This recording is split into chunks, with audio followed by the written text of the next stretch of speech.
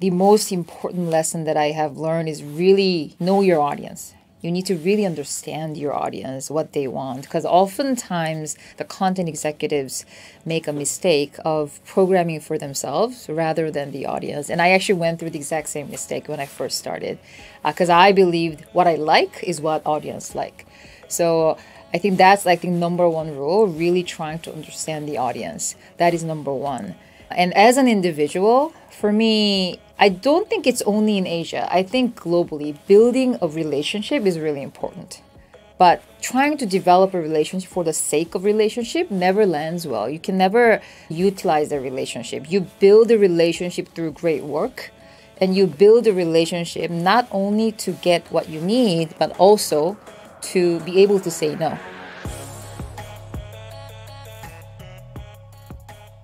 Welcome to Analyze Asia, the premier podcast dedicated to dissecting the pulse of business, technology, and media in Asia. I'm Bernard Leong, and I enjoy the latest season of Squid Game, Sweet Tooth, and Solo Leveling on Netflix. How do creators work with Netflix to bring their shows global? With me today, Min Yong Kim, VP of Content, Asia Pacific excluding India, to help me understand the story of Netflix in the Asia Pacific. Min, welcome to the show. Thank you for inviting me. Yes, and of course, the story of actually trying to bring content from all over the world, not just from Asia Pacific, but also in Latin America, in Europe. But one of the most interesting highlights of the last few years was Squid Game, because it was a Korean show that actually was brought out and everybody loves it, right? So before we actually get into the subject of the day, I want to actually get to know you better and hear your origin story. How do you start your career and eventually end up working with Netflix? You want from the very beginning? Well, anything will do. I have been a very normal, average child until I went to college. So some people find it very amazing. Some people find it very interesting that my major is actually food and nutrition. And it was when I was in college that I started building interest in entertainment, specifically musical theater. So I was actually trying to get my ways into what I want in the theater industry, but also like what can I do? How can I make an impact within that industry? And I sort of flew in sort of a very naturally, sort of it drew me into this whole entertainment industry. So I started my first career as a stage manager of a very small theater company. But then I quickly went over to this company where we organize some of the B2B trade markets, and then into the development of the scripted series. The company that I worked for had produced some of the very young and a very popular romance title. And from there, I sort of very naturally started looking for opportunities within the entertainment. But, there was always this conversation of, is the content the king or the platform the king? So I started my journey in really exploring different areas of that media ecosystem. So I went to, after a production company, I actually went to business school to really learn the business, how I can adapt business into the entertainment. And then I found an opportunity in France and worked at NBC Universal. And I came back to Korea and worked at CJ. And what I did in CJ was to bring Korean content to some of the Southeast Asian markets and trying to build a business in Southeast Asian markets, mainly Thailand. And after that, I started getting very curious about what is this digital? What is this new media? And I happened to get an opportunity working for Twitter. And at Twitter, it was actually a very important time in my career, because it sort of helped me rethink what a content actually is. I used to be making like millions of dollars worth of TV shows. Now we used to call a 140 character tweet content. So it was a shift in the way I was thinking. And from there, I wanted to get back into really making the content. And I reached out to Netflix. I didn't have a lot of luck at the time. And then Netflix found me again later. So here I am. Great. And the interesting bit about the Netflix story, which before we get to that, is based on your career journey, what are the lessons you can share with my audience? I think as a Netflix executive, I think the most important lesson that I have learned is really know your audience. You need to really understand your audience, what they want, because oftentimes the content executives make a mistake of programming for themselves rather than the audience. And I actually went through the exact same mistake when I first started, because I believed what I like is what audience like. So I think that's like the number one rule, really trying to understand the audience. That is number one. And as an individual, for me, I don't think it's only in Asia. I think globally, building a relationship is really important. But trying to develop a relationship for the sake of relationship never lands well. You can never utilize the relationship. You build a relationship through great work, and you build a relationship not only to get what you need, but also to be able to say no. And only meaningful relationships actually enable that kind of business. So focusing on relationship is important, but it really has to be a meaningful relationship that's developed through work. So it's building a relationship. I also have a call to action to how the relationship happens in the digital world. That's a much smarter way of putting it. I think it's very interesting because just also my prior background, I also started in theater production and went on the backstage first. Although that's my side hobby. Now you're in front of a camera. So yes, that's the harder part. Yeah. But I want to really focus the story on Netflix in the Asia Pacific. Let's start off with, can you give an overview of Netflix and its vision and mission across globally? And maybe specific even here down to Asia Pacific. Our mission is actually very simple and very consistent. If you ask any executive, whether they're in content or anywhere outside, they will always say our mission is to entertain the world. We want to make sure, and as a content team, I want to make sure, working with my team, to be able to bring stories, whether it's in the form of series or in the form of film or unscripted. I want to make sure that I have stories on Netflix that really super serve the audience.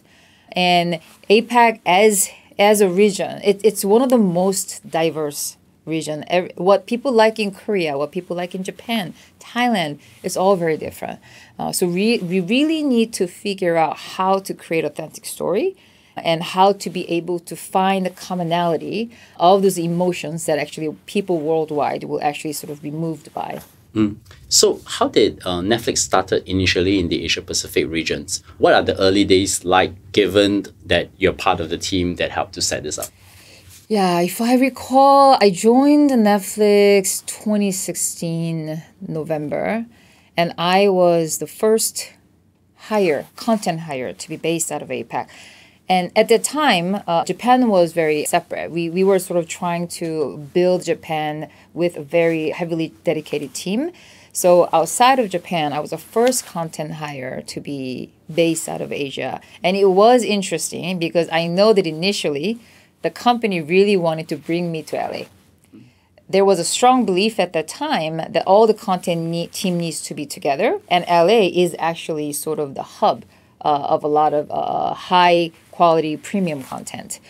But, the good thing about Netflix is we really learn fast and we're really able to make the changes that's necessary.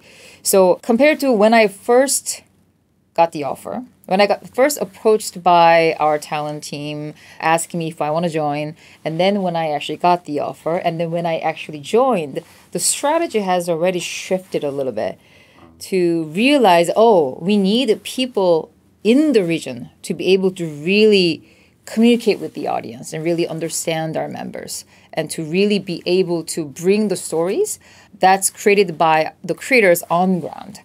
So the early days were very different. So I was the first person to actually be based out of Asia, and it was one of those exciting, time where you actually really get to, get your hands dirty, roll up your sleeves, and start building everything one by one, and being able to test a lot of the content. So it's very different from where we are now. As a subscriber of Netflix, I've seen the early days and some of your interesting shows in I think the Asia region now is actually getting more and more. And maybe I'm quite curious, if I fast forward just to today, what is the current footprint of the business within the Asia Pacific region? Globally, as you already know, we actually are present in 190 different countries, and we have about 270 million households. That is That is really, if you look at, let's say, about two people per household, we would actually say 500 million people are actually on Netflix. So the mission for us, for my team, is to really program for the world, but by really focusing on the authentic stories that our local creators can tell. And in APAC, we believe that there are certain countries where we really, really need to focus on the local content that the members can resonate with to be able to grow in those markets. And those markets are Korea, Japan, Thailand, Indonesia, and Chinese language content. So in these markets, and India, and in these markets, we actually have people, teams on ground who are really experts of what their local audiences want and in their own functional areas to help us grow in APAC. So what the question I probably would have is, how does Netflix grow the distribution, say, with partners? I mean, Asia Pacific, as you noted just now, that there are different countries of specialization. Just between China, Thailand, and Indonesia, there are three different kind of locale. They have very specific cultural nuances and even languages. How do you do that distribution? I mean, distribution-wise, we do actually have teams on ground that really identify the meaningful partners, whether they are telcos or they're like manufacturers, and we try to partner with them so that we give them content and they can help us grow in the market. But what we really actually believe is distribution through engagement. So think about the either a film or TV show that you recently watched, and if you like the show, you after the show finishes, you're like, oh, I really like that show. But if you really love that show, you're gonna go tell your parents, tell your family, tell your friends, hey, this show is great. And it's really that word of mouth through shows that actually increase a lot of engagement and actually helps us really grow in the market. So we really want to make sure we grow our business and grow our distribution through engagement and by making great content that people are going to love and worth talking to their friends about. I have a confession to make. Okay. One of the shows that really brought me closer to Netflix was a show called something called Street Food. Oh, and you go through different countries. There was only one season, but it gives me a lot of understanding because it's the street food culture. Yeah. And then as I started to even travel around the region, I started looking for those places which is featured on street food. I think when we come to the content creation and content curation, what are the strategies that the team employ to ensure Netflix content is actually resonate with diverse audiences across Asia, right? And you already said that some of the countries you actually have deep experts within them. How do you deep dive into that, saying that maybe this show is really ideal for local audience, and maybe a show, for example, like Squid Game goes all the way to the global audience? When we try to find stories for our audience, we really want to focus on the variety. And as we mentioned, we have so many. We are at such a scale. We have 270 million household, and that's like a 500 million audience that we're trying to reach, and they're all very diverse. And in that, it's really important to find what is the actual audience of a story. But what we realize is the more authentic to the local storytelling, the more possibility it has to actually go beyond that local market. For example, let me talk about Squid Game. When we actually met Director Hwang and started talking about Squid Game, we weren't really looking for a global show. We had no doubt. We were very excited to work with the greatest creative mind. We were very excited to really hear the story, that the vision that he had. We had no doubt this will be a great Korean show, and it is really going to resonate with the Korean audience. When we first made the decision on Squid Game, we were at the very early stage of Korean content, when a lot of the Korean content that travel used to be very happy, romantic comedy show. Yes. So Squid Game actually did not have any formula that used to resonate with this, what we used to call K-wave fans. But what we were clear is this will be something that the Korean audience will love. And hearing the vision of the show, we were making a bet that this will be loved by our audiences around Asia and potentially a little bit the global audience. But in full confession, I actually did not know that this will become such a global show. Not just a global show, the biggest show in the world.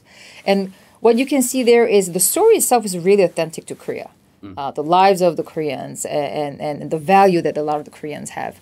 But there are emotions and there are things that are very universal that goes beyond Korea. And also director Hwang, as a creative genius as he is, he actually had wanted to make sure that it's easier for people outside of Korea to really understand without really damaging the authenticity of that story. So it's these efforts that we make to make sure that we have a global reach of a show, but at the same time, we never compromise the fact that we want to make sure that it's really authentic to the local storytelling. I'm very curious, like, what are the initial thoughts when you first read the script? I mean, more like, the plot of the show is really interesting. It's talking about old game that people play, but with a very, very interesting consequences. What was it like? You mean like the Squid Game in particular, or any just based on the first script, and that gives you that impression, and then it's like, when anything becomes a global phenomenon, sometimes we don't anticipate. And maybe the question, I will reframe it in a way to ask, like, what is it in the first time you see the script, and then what do you think were some of the things that made a global audience able to resonate it to get that worldwide success? I mean, I think we don't actually try to create something for the global audience. But when I first see the script, read the script, and when I team, usually when they first read the script, they sort of look at what are some of the strengths of the show, what are some of the how will this resonate within the local country, home country, but what are some of the aspects, or it could be a genre, it could be a certain types of character, it could be a theme, will that actually resonate outside? And we really try to estimate the size of the audience. So we want to make sure if it's a story that we believe are really for the local market, then it's still a great bet to make, because that's our goal, really satisfying our local members. We just have to make sure that we right size investment. But if we believe this type of show actually has a potential to go beyond the local market, we also want to make sure that we put the right size investment on that show. So it's really, when we read a story, we think about what is the size of the audience, and if we change a certain thing, will we be able to really expand that audience, and is that aligned with the creative vision of the creator? So we think about a lot of these things when we first meet the story that our creators sort of give to us. I could think of a similar show, like I think Solo Leveling, and I find it interesting because when I watched the show first, and then after that I started talking to people in the US, and they know the show as we're talking about AI coders, or like think of that scene in Solo Leveling. So it seems like the content seems to be kind of ubiquitous across. One question I probably just have is, what have been also the biggest challenges in trying to create content for the Asian markets? And is it just specifically looking at the expertise, or is it trying to find the story that match the audience? Can you elaborate the question a little bit? So maybe the question is like, when creating content for the Asian markets, right? Sometimes there may be some challenges. Maybe there may be some scripts that are very, very different. It takes a very different point of view. It could also take on a very cultural point of view as well. Not controversial, but maybe able to touch your hearts. For example, like the case I was talking about, the street food, right? Yeah. Because I grew up with street food. So when I see a documentary on this, it probes my cultural, and then you say, yeah, that's a great show, and then I'll start to recommend friends. I think when you talk about creating this content, and when you see them, what do you think are the challenges for the content creators to actually do that content from your point of view? It's a really difficult balance. I always tell my team, are you making the show for yourself? Or are you making the show for the audience? So you really have to understand the audience. You have to understand the audience. You have to know what the audiences want, and you have to really think about what the audiences will want. But at the same time, what I also always say is you don't know what you don't know. And we have seen many stories where people were very pleasantly surprised, and they started loving that show. Right? So it's if we only overly rely on what has been done before, and mistake that as, oh, this is what the audience wants, we'll never be able to succeed or inspire our audiences. So we also need to make sure we leave a room to make bets to really show the audience, hey, we believe this is what you're going to love. And it's embedded in our service to be able to find the audiences. If this is a story that has never been told before, but we still have the ability to find the audiences that's going to love this show. So as a content team, it's really about balancing, understanding what the audiences, knowing what audiences used to love, but also being able to sometimes challenge our audiences and really be able to give them something that, hey, I think you will really love this.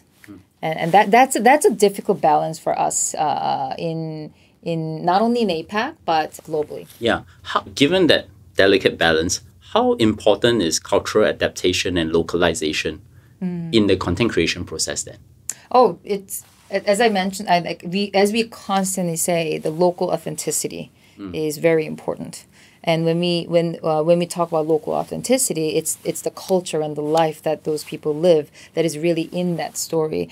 So we believe it's really important to do a storytelling that our audience is in that home country, in the language that they speak, and very resonate a lot with. So it really becomes an important thing. But as I mentioned, there are emotions and certain themes that the global audience can also resonate with. So what we try to do also is through the subtitling and the dubbing efforts to really lower that barrier of entry there, which used to exist because of the language barrier, to expand that audience base. And what we realize are the global audience, what the audience outside the home market really love is that authenticity. When they're watching a Korean show, they love it.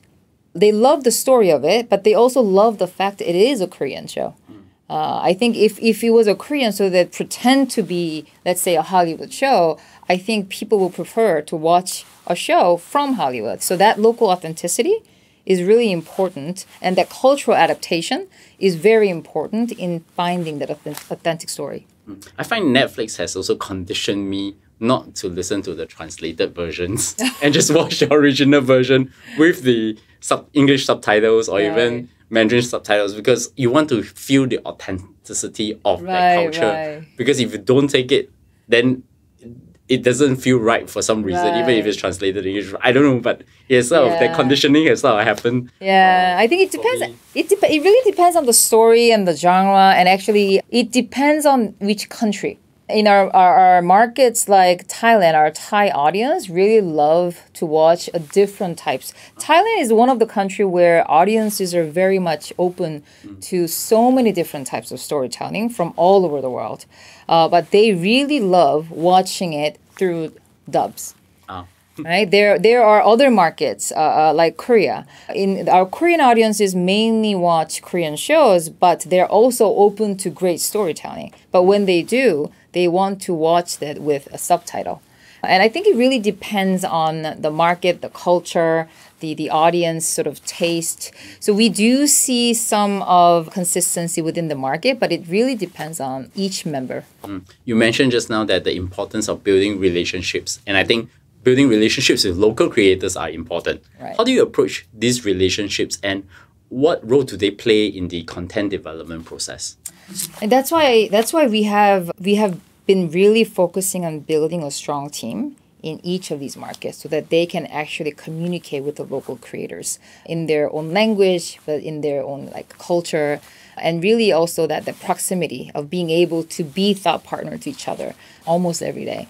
And our partners, the creators, are actually really the core of all types of storytelling that we have on our service. It really starts with the creators on ground, on what are the visions that they have, what kind of stories do they want to tell. And it is really our favorite question, what story do you want to tell?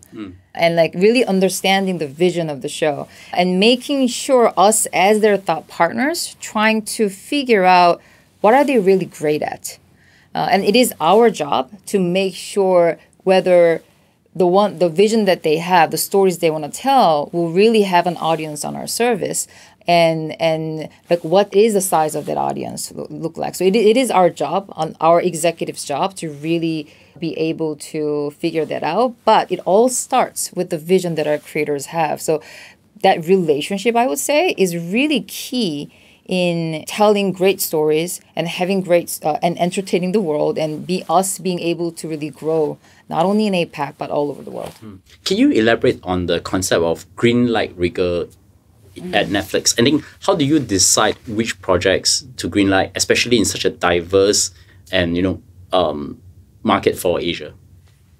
So greenlight rigor, I mean, it's not a new concept. Every phase of the business, we had the greenlight rigor in different forms. Greenlight rigor for me is really making sure we think about what our members want, what our audience wants. And is this something that our audience will really enjoy? And making sure that it really has that element, whether it's a character, whether it's a story, is the vision as strong from really identifying the story till we execute and bring it to our audience. Do we actually are we really making the same show? Are we really making the great show that we all believe that our audiences will love? So really making sure we examine that from multiple different angles. For me, that's a green light rigor. But it all boils down to really finding what the audiences will love, and being able to communicate with the creators and making sure that we become their thought partner to, they have a lot of stories in their head, and going through their head to find what we believe is really needed in our sort of slate. So to me, that is the green light rigor, really finding what our audiences want. So what is your vision for the future of, say, Asian content on the global stage? How do you see Netflix shaping the landscape? I mean, I feel like we're at the very interesting stage in the history of entertainment. And I want to believe, and I do believe, that Netflix is actually playing an interesting role there. The entertainment used to be pretty much dominated by Hollywood and English content. It was mainly these Hollywood content coming into the market. But now, what Netflix has enabled is to bring stories from everywhere. Any great story can come from anywhere. And it has opened up opportunities for a Korean show like Squid Game to meet the global audience, a Thai film like Hunger to really meet the global audience, a Japanese film like City Hunter. Not to speak of anime, Solo Leveling. Yes. Right? So we're at this stage of, when I first met some of the creators, and they always want to make a global show. And when they say they want to make a global show, they want to tell a story that they can get as much reach as possible. But when they say, I want to make a global show, it used to be always an English language show. But now what our creators are realizing is I can sit in my home. I can actually speak in the language that I am comfortable with, and I can best describe my creative vision and be able to have my story meet the audience worldwide. And we're really lowering that entry barrier of finding diverse stories in many different languages. So I think it's really an interesting time for us where we're really democratizing the consumption of the stories. And it's really exciting to be at the center that sort of aids to enable a lot of that. And I think that is definitely true given the success of Squid Game and a lot of other shows that have actually now gone global. What advice would you give aspiring creators and filmmakers in Asia who want to collaborate with Netflix? The best creators that I've worked with are the ones who really knows what story they want to tell. It doesn't have to be from a big creator. We've worked with many different up-and-coming talents. The show from Korea, My Name, the writer, it's really a new, I think this is the first show that she had that was on a platform. We actually have directors that are very new that actually never had their film or show on any of the platform, but then through Netflix they were able to tell their stories. But the commonality of these creators is they knew what they wanted to tell. They actually had a vision. They actually had a very strong vision of what they wanted to tell, and they were very willing to cooperate with us in really finding that audience within Netflix. So I would actually say we will actually be the ones that find the audience. I want to rely on our creators to give us the story that they really want to tell. And you can never force someone with a strong creative vision to write a story that they're not willing to write. Yeah. Right? So I think that's what's really important in being that sort of strong creator, writer, director.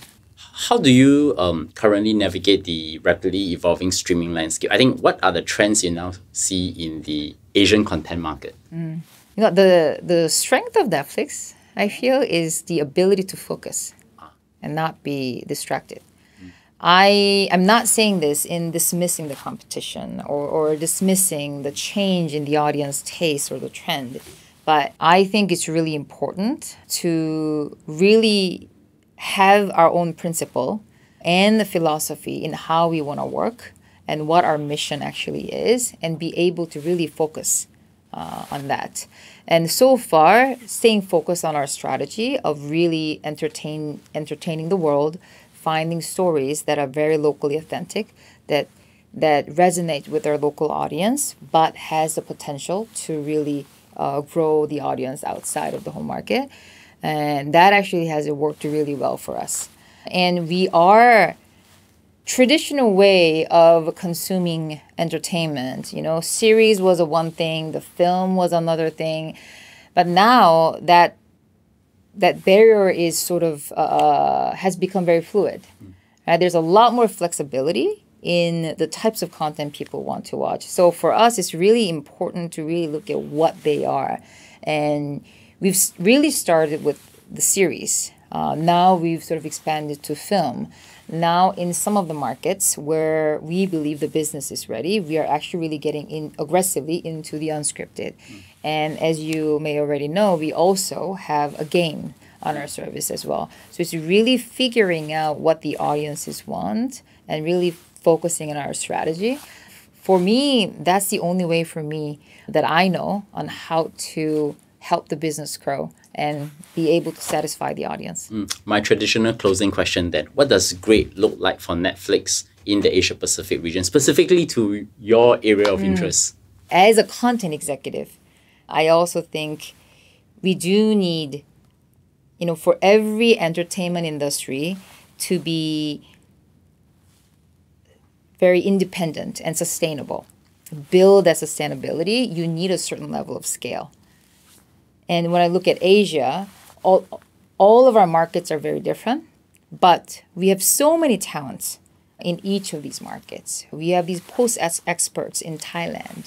We have such a talented VFX or the creators in Korea. We have so many great IP in Japan. And I would love for us to become that regional entertainment powerhouse that connects all of that together to be able to build a great show and have a great story that can really entertain our audiences and really be able to connect all of those countries together. And to me, that's what great means. Thank you, Min. Thank you. And many thanks on coming on the show. But in closing, I still have two questions. Okay. The first one is, any recommendations which have inspired you recently?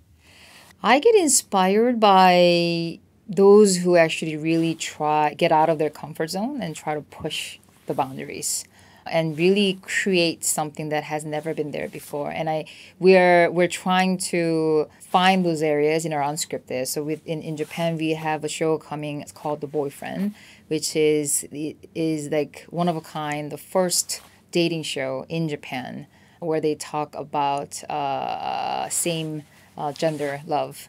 And we also had a show like Dr. Climax coming out of Thailand.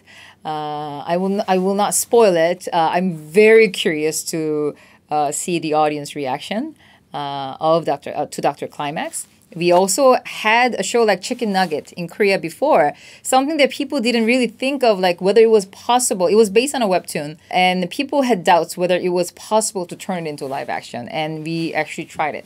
So I get inspired by people who are really trying to push the boundaries and create something that may have felt impossible. And actually, on top of that, I would just recommend all your docu-series. Like Those are the ones that I usually watch, like the one on the Ottoman, from the Ottoman point of view, not from the Western centric point of view. I think that's the... I can see where your sweet spots are. How do my audience find you? Our Instagram, our LinkedIn, we're everywhere. So just make sure that you follow a lot of our Netflix accounts in each of the countries, and you'll be able to, reach me as well. And your YouTube channel, right? Which actually showcase most of that upcoming trailers, which I always watch as well on there. Min, many thanks for coming on the show. You can definitely find us on everywhere from YouTube, Spotify, and hopefully someday Netflix. Great. Once again, Min, many thanks for coming on the show, and we look forward to speak again. Thanks for having me.